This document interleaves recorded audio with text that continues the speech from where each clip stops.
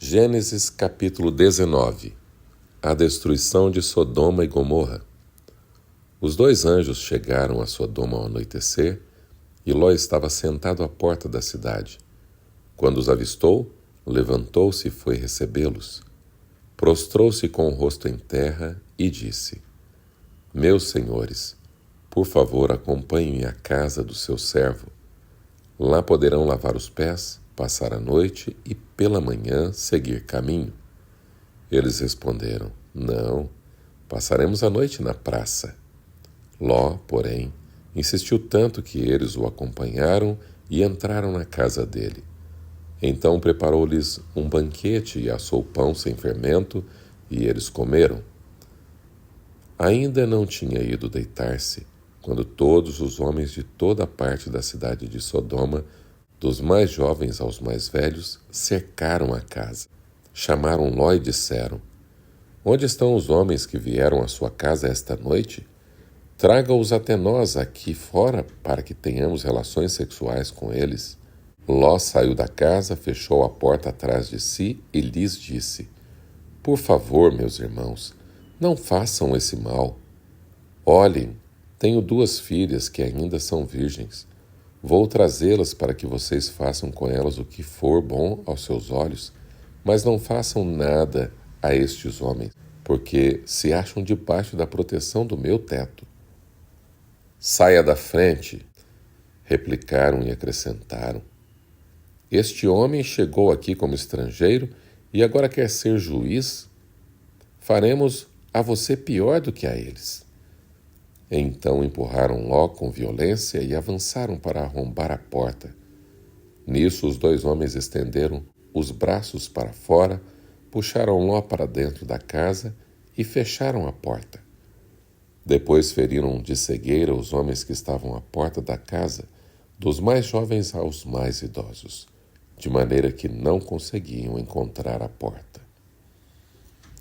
Os 2 homens perguntaram a Ló: Você tem mais alguém na cidade, genros, filhos ou filhas, ou qualquer outro parente? Tire-os daqui, porque estamos para destruir este lugar. As acusações feitas ao Senhor contra este povo são tantas que ele nos enviou para destruir a cidade. Então Ló foi falar com seus genros, os quais iam casar-se com suas filhas, e lhes disse: Depressa, saiam deste lugar, porque o Senhor está para destruir a cidade. Contudo, pensaram que ele estava brincando. Ao raiar do dia, os anjos insistiam com Ló, dizendo: Depressa, leve daqui a sua mulher e as suas 2 filhas, ou vocês também serão exterminados quando a cidade for castigada. Como ele hesitava, os homens agarraram Ló, a sua mulher e as 2 filhas pela mão, tiraram-nos dali e os deixaram fora da cidade, porque o Senhor teve misericórdia deles. Assim que os tiraram da cidade, um deles disse a Ló: Fuja por amor à sua vida. Não olhe para trás nem para lugar nenhum da planície. Fuja para as montanhas, ou você será exterminado. Ló, porém, lhes disse: Não, meu senhor. O seu servo teve o seu favor, e a sua lealdade comigo foi grande ao poupar a minha vida. Mas não consigo fugir para as montanhas sem que a destruição me alcance e eu morra. Aqui perto há uma cidade pequena. Está tão próxima que dá para correr até lá. Deixe-me ir para lá. É pequena e nela estarei a salvo. Está bem, respondeu ele. Também atenderei a esse pedido. Não destruirei a cidade da qual você fala. Fuja depressa, porque nada poderei fazer enquanto você não chegar lá. Por isso a cidade foi chamada Zoar. Quando Ló chegou a Zoar, o sol já havia nascido sobre a terra. Então o Senhor fez chover fogo e enxofre do céu sobre Sodoma e Gomorra. Assim ele destruiu aquelas cidades e toda a planície, com todos os habitantes das cidades e a vegetação que crescia no solo. A mulher de Ló, porém, olhou para trás e se transformou em uma coluna de sal. Na manhã seguinte, Abraão se levantou cedo e voltou ao lugar onde tinha estado diante do Senhor. olhou lá embaixo para Sodoma e Gomorra, para toda a planície, e viu uma densa fumaça que subia da terra como fumaça de uma fornalha. Quando Deus destruiu a cidade da planície, lembrou-se de Abraão e tirou Ló do meio da catástrofe que destruiu a cidade onde Ló vivia. Ló e as suas filhas. Ló partiu de Zoar com as 2 filhas e passou a morar nas montanhas, porque tinha medo de permanecer em Zoar.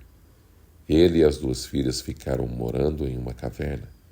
Um dia, a filha mais velha disse à mais jovem: "O nosso pai está velho, e não há homens na terra para ter relações sexuais conosco, segundo o costume de toda a terra.